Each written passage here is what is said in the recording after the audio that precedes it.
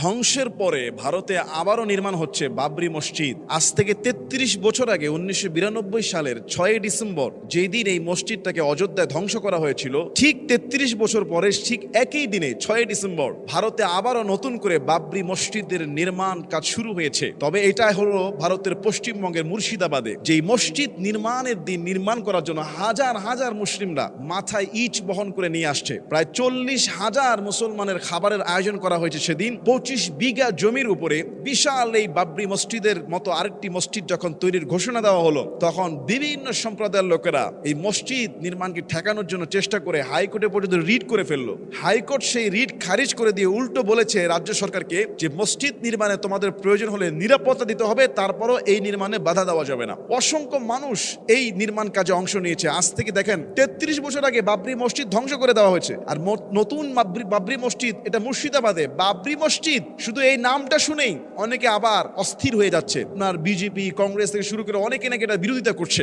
আর সেই এলাকার যে বিধায়ক হুমায়ুন কবির, তিনি বলেছে আল্লাহর ঘর আমরা তৈরি করব, এবং ২৫ বিঘার উপরে শুধু এখানে আল্লাহর ঘর হবে না, হসপিটাল হবে, রেস্টুরেন্ট হবে, মাদ্রাসা হবে, অনেক প্রতিষ্ঠান হবে, এবং সর্বমোট ৩০০ কোটি টাকা বাজেট করা হয়েছে। একজন ব্যবসায়ী তিনি একাই নাকি ৮০ কোটি টাকা দিবে। আমি শুনেছি প্রথম দিনই নাকি বাবরি মসজিদের জন্য যে ব্যাংক অ্যাকাউন্ট নাম্বার দেওয়া হয়েছে, প্রথম দিনে এত টাকা ঢুকেছে যে লিমিট নাকি ক্রস হয়ে গিয়েছে। বিভিন্ন সংবাদে আমরা শুনতে পেলাম যে লিমিট ক্রস হয়ে গিয়েছে। এত টাকা বাবরি মসজিদের জন্য মানুষ সাদাকা করছে, এবং মানুষ নিজের মাথায় ২টা, ৩টা, 5টা যে যার সামর্থ্য অনুযায়ী ইট নিয়ে আসতেছে। আপনি চিন্তা করেন ১ লক্ষ মানুষ যদি 2টা করে ইট আনে, ২ লক্ষ ইট হাজির হয়ে যাবে ওখানে। আল্লাহর ঘর তৈরি করতে আসলে আল্লাহর ঘর যখন তৈরি করার জন্য উদ্যোগ নেওয়া হয়, আল্লাহর বান্দারা সেখানে ঝাঁপিয়ে পড়ে। কেননা হাদিসের মধ্যে আসছে যে ব্যক্তি দুনিয়াতে আল্লাহর একটা ঘর বানায়, আল্লাহ তাআলা তাকে জান্নাতে একটা ঘর দান করে দেয়। সুবহানাল্লাহ। শুধু বাবরি মসজিদ নাম মিল থাকার কারণে অনেকে ভয় পেয়ে যাচ্ছে, আরে ওই আসল মসজিদ তো ভেঙেই ফেলেছে, ঠিক ওই নামে আরেকটা মসজিদ হবে, এতেও মনে করেন সে দেশের যেই সরকার বা আরো রাজনৈতিক দল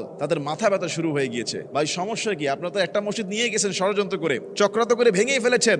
আল্লাহর ঘর বাবরি মসজিদ নামে একটা কোনো ১০০টা হলো, আপনাদের তো মাথা ব্যথার কারণ ছিল না। এখানে তো আপনাদেরকে বাধ্য করা হয় না। এখন মুসলমানরা নামাজ পড়বে, রোজা রাখবে, হসপিটাল হবে, অনেক কিছু হবে। আল্লাহ তাআলা সমস্ত ষড়যন্ত্র থেকে হেফাজত করে গোটা বিশ্বের মুসলিম উম্মাহের জন্য এই জমিনকে আল্লাহ তাআলা ইবাদতের একটা সুন্দর নিরাপত্তার পরিবেশ দান করে দিন। আল্লাহুম্মা আমিন।